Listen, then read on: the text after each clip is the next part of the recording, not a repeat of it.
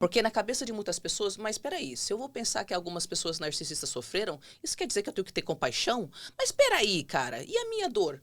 E na verdade você não tem que nada, eu só tô te falando que Se você quiser ser o centro do julgamento também, tá tudo, entendeu?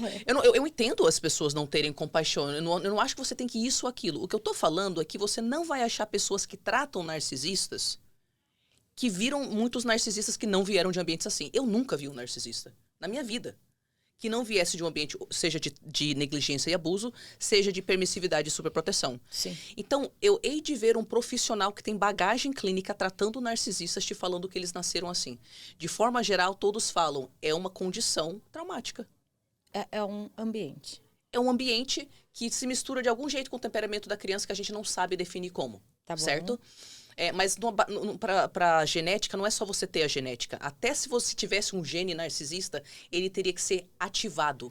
Porque a gente tem os genes, É mas um não fenótipo, talvez, porque depende muito mais do ambiente, né? Pronto, depende muito mais do ambiente do que qualquer coisa que a gente consiga identificar geneticamente. Tá. E se você pega, então, hoje, a geração que a gente tem, que é uma geração só vendo o próprio eu. Porque, assim, se a gente pega a internet hoje, eu vejo meus filhos que nasceram na internet, diferente da minha geração, da sua geração. Eles nasceram desse jeito, de se olhar, de olhar a quantidade que eles têm de likes, curtidas, compartilhamentos, o que eles trazem. É sempre para eles, né? Uhum.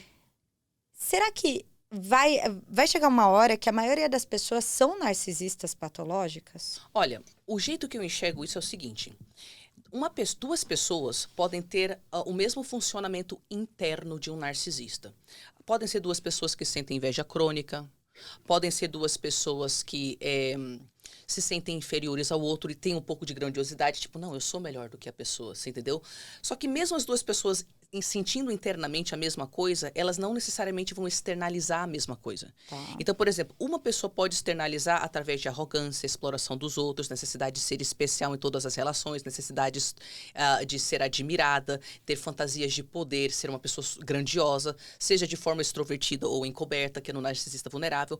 Mas outra pessoa pode ter a mesma coisa de sair na rua e se comparar com todo mundo e a conclusão dela ser, nossa, por isso que eu sou tão desprezível, eu não deveria nem ter contato com as pessoas. Aí ela se isola. Entendi. E ela não age como uma pessoa narcisista. Você pode, em outras palavras, você pode se comparar com todo mundo, ter super baixa autoestima, até um pouco de grandiosidade dentro de você, sem ser uma pessoa que preenche os critérios diagnósticos, através dos seus comportamentos que você externaliza. O que está borbulhando aqui dentro pode ser parecido em duas pessoas, mas elas externalizam de formas diferentes. Então, eu acredito que algumas dessas pessoas simplesmente vão ter baixa autoestima, vão ficar se comparando com todo mundo o tempo inteiro, ansiedade, vão sentir um vazio extremo, não vão saber quem elas são e vão ter um funcionamento de ficar mostrando para a sociedade aquilo que recebe validação. Mas não necessariamente ela vai ser arrogante, ela vai explorar os outros, você entendeu? Você pode ter vai virar um transtorno de personalidade, não necessariamente. Isso. Pode ser um sinal e sintoma, pode ser um outro transtorno. Exatamente, pronto. Pode ser inúmeras coisas. E quando a gente fala de borderline, por que ele tá nessa mesma caixinha do narcisismo? Bom, aquilo que eu te falei, né? Primeiro que 37% de borderlines preenchem os critérios diagnósticos por narcisismo. O que é contraditório, né? Assim, na cabeça de um terapeuta, talvez, e na cabeça das pessoas que trabalham com isso, porque são perfis que parecem diferentes, né? São perfis que as pessoas acham que são incompatíveis, mas não tem nada a ver. A razão que eles fazem parte do mesmo grupo, que é o Cluster B, ou o grupo B de transtornos de personalidade, é porque eles não têm o senso de eu, conectado com a própria essência, né? Eles têm problema de regular as respostas emocionais, todos eles sofrem de vazio, né? Daquele vazio crônico lá. E, tipo, eles têm baixa autoestima. O narcisista, ele tem baixa autoestima. É que ele tem a baixa autoestima por baixo da grandiosidade, né? Sim. Mas, então, o que as pessoas fazem? Por que as pessoas se confundem com borderline? Tem diferentes tipos de empatia. Tem empatia cognitiva, que é a capacidade de você entender como o outro funciona. Narcisistas e psicopatas têm essa empatia. Eles entendem como o outro funciona. Eles só não validam e sempre inferiorizam. O seu é muito menor que o meu. É isso.